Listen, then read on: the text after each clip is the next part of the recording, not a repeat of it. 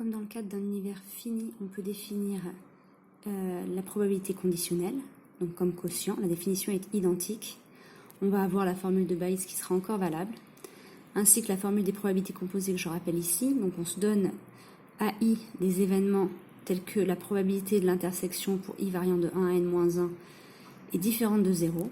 Et on définit alors la probabilité de l'intersection des AI pour i variant de 1 à n comme étant le produit P de A1 fois la probabilité de A2 sachant A1 fois la probabilité de A3 sachant A1 inter A2, etc. jusqu'à la probabilité de AN sachant l'intersection des AI pour i variant de 1 jusqu'à n-1. Attention, dans cette formule, l'intersection est un produit fini. On a également la formule des probabilités totales. Si on se donne donc un système complet d'événements AN avec n qui varie dans grand N, on va pouvoir décomposer la probabilité d'un événement B selon ce système complet d'événements. Donc tout d'abord, pour tout événement B de l'attribut, la série de termes général probabilité des B inter à n va être convergente. Ça, c'est la première chose qui est nécessaire pour pouvoir parler de sa somme.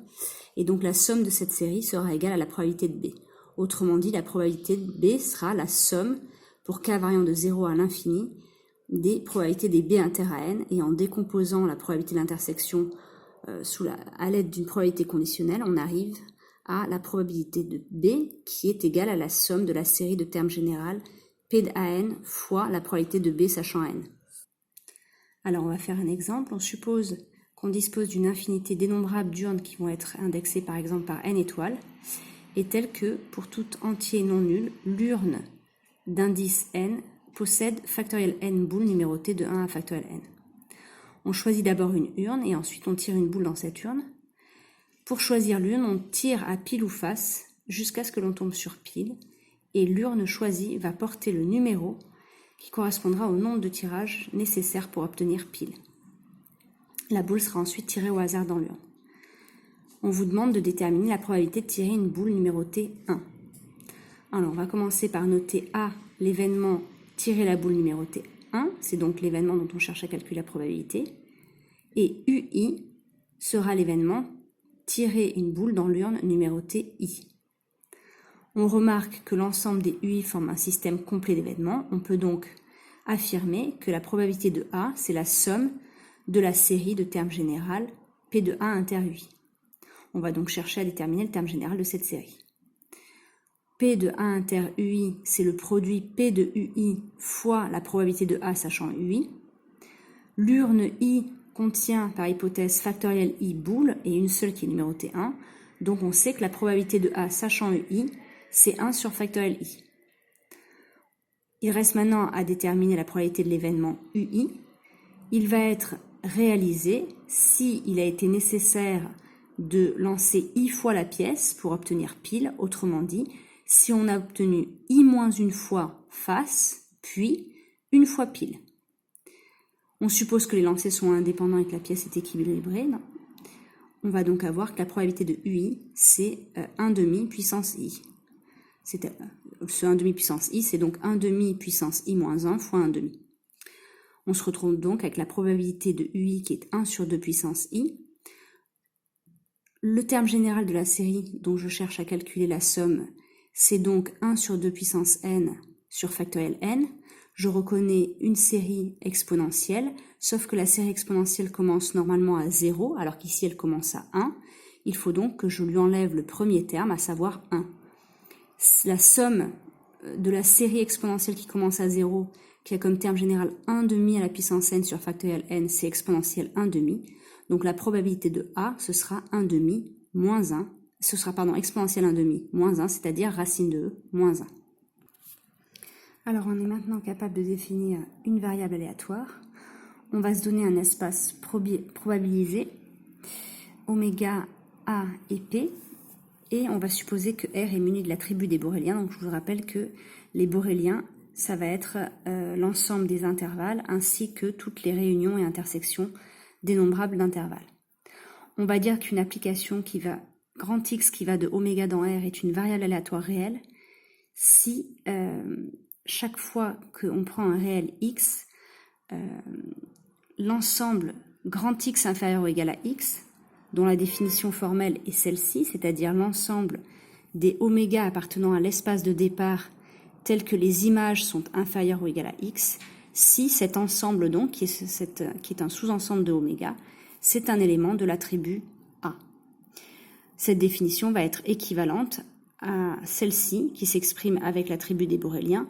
Au lieu de considérer ici X inférieur ou égal à petit x, c'est-à-dire X appartient à moins l'infini X, on va généraliser en disant grand X appartient à B, où B est donc un élément de l'attribut des boréliens, donc soit un intervalle, soit une réunion ou intersection dénombrable d'intervalles, et la définition va être identique, sauf que ici, on va remplacer ce inférieur ou égal à X, qui correspondait ici à ceci, par le fait que les images sont dans l'ensemble grand B.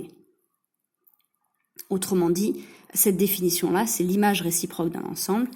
On peut réécrire donc la définition de variable aléatoire réelle en disant que l'image réciproque d'un borélien par X, c'est un élément de l'attribut ici, grand A. Alors on va appeler une variable aléatoire réelle, on va dire qu'elle est discrète lorsque l'ensemble des valeurs possibles de cette variable aléatoire, c'est-à-dire l'image X oméga de l'application grand X, c'est une partie finie ou dénombrable de R. On va généralement noter l'ensemble de ces images xi avec i une partie de n. Donc jusqu'à présent, les xi étaient en nombre fini. Maintenant, on s'autorise à ce qu'ils soient en nombre infini, mais en imposant qu'ils soient indexés sur une sous-partie de n. Étant donné une variable aléatoire x, on va appeler la loi de x la donnée de tous les couples xi, pi, xi étant l'ensemble, donc étant une valeur possible pour la variable aléatoire x, et pi, c'est la probabilité que cette variable aléatoire soit égale à xi. Deux variables aléatoires x et y vont être dites égales en loi si leurs lois sont égales, c'est-à-dire si elles ont même image et si les probabilités pour chacune de ces images sont identiques. Quand je dis même image, je veux dire même image directe, ça ne veut pas dire qu'elles sont égales. Ça veut juste dire que l'ensemble des valeurs prises par grand X et par grand Y vont être identiques. Donc c'est-à-dire que l'ensemble des xi et l'ensemble des yi vont être égaux, et par ailleurs que la probabilité pour un même élément, pour que grand X soit égal à un élément donné, ça va être la même que la probabilité pour que grand Y soit égal à cet élément. Dans la définition 10, on définit l'attribut engendré par on prend une variable aléatoire réelle discrète et on va noter à indice x l'attribut des événements liés à x, c'est-à-dire l'attribut qui va être engendré par ceci.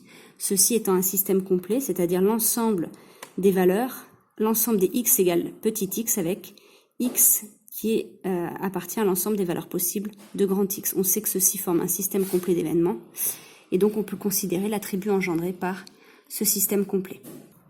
Alors on a déjà vu la fonction de répartition d'une variable aléatoire, donc la définition ici est identique. On se donne une variable aléatoire réelle, grand X. Sa fonction de répartition, qu'on note grand F indice X, ça va être la fonction qui, à tout réel X, associe la probabilité que grand X soit inférieur ou égal à petit x. Alors, dans la proposition 10, on explicite l'expression de cette fonction de répartition.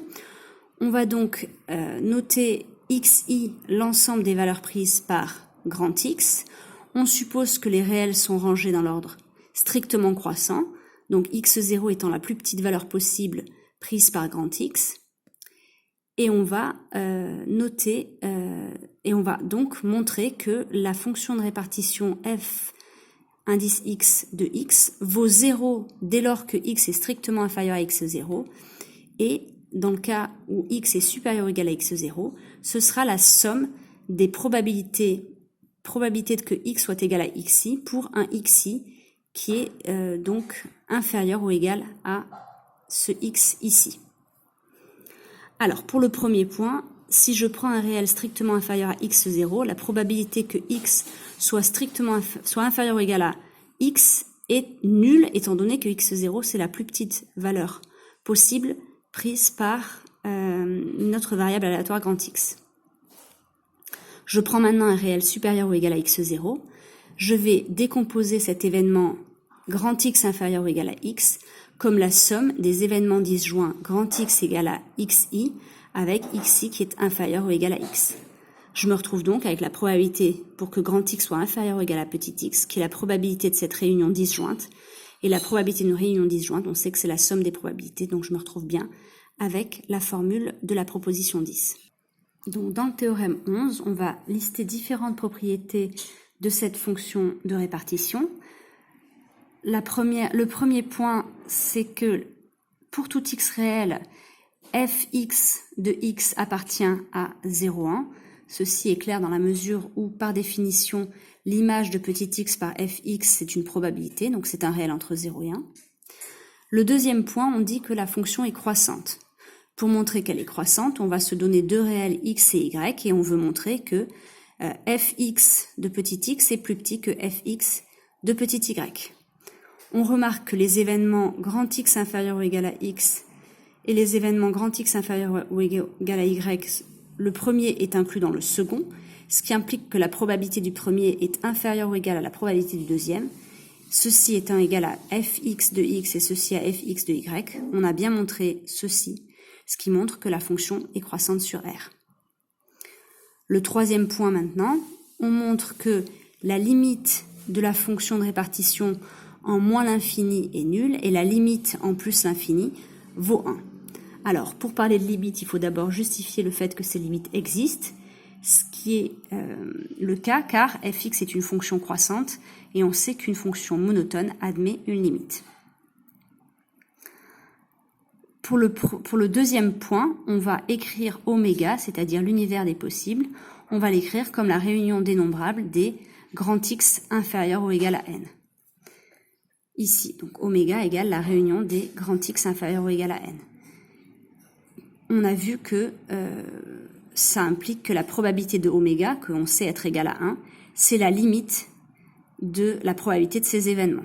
Or, la probabilité de x inférieur ou égal à n, c'est égal à la limite, c'est égal à fx de n, donc on se retrouve bien avec la limite des fx de n qui vaut 1. Alors ici, c'est pas la limite des fx de x, mais comme fx admet une limite en plus l'infini, on sait que sa limite en plus l'infini va être égale à la limite quand n tend vers plus l'infini des fx de n. Donc j'ai bien montré que la limite en plus l'infini de la fonction valait 1. De la même façon, pour montrer que la limite est nulle en moins l'infini, on va écrire l'ensemble vide comme étant égal à l'intersection des x inférieur ou égal à n. J'écris donc l'ensemble vide comme étant l'intersection des x inférieur ou égal à moins n. L'ensemble vide, je sais que sa probabilité est nulle, et par ailleurs, la probabilité de cette intersection, ça va être la limite.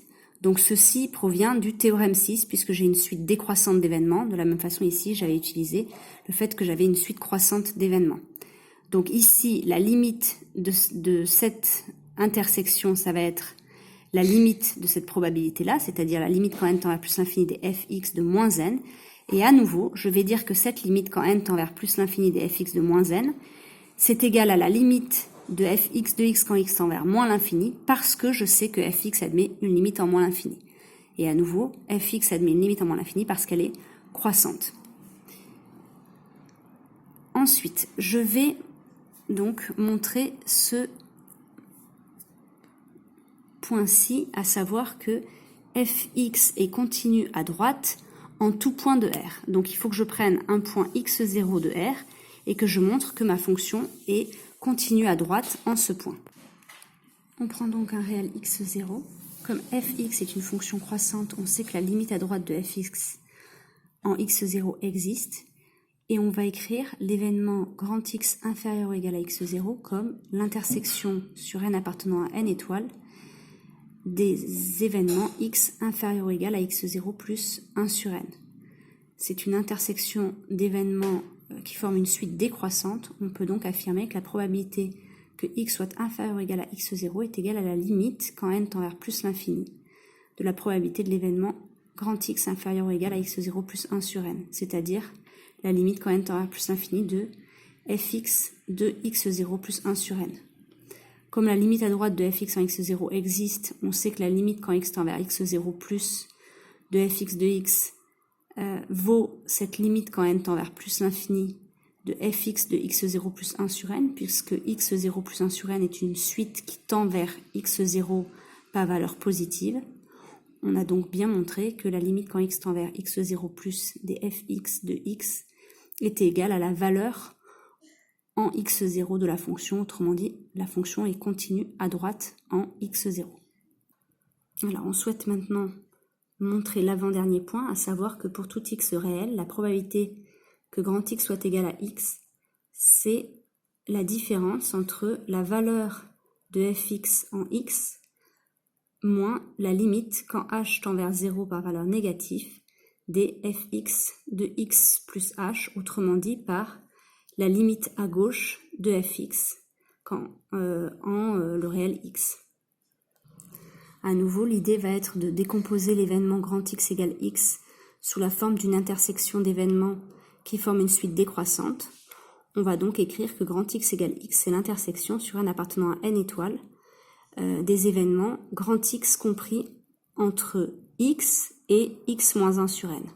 Et on va faire tendre n vers plus l'infini d'après la formule du théorème 6. Donc la probabilité que grand X soit égal à X, ça va être égal à la limite quand n tend vers plus l'infini de cette probabilité-là.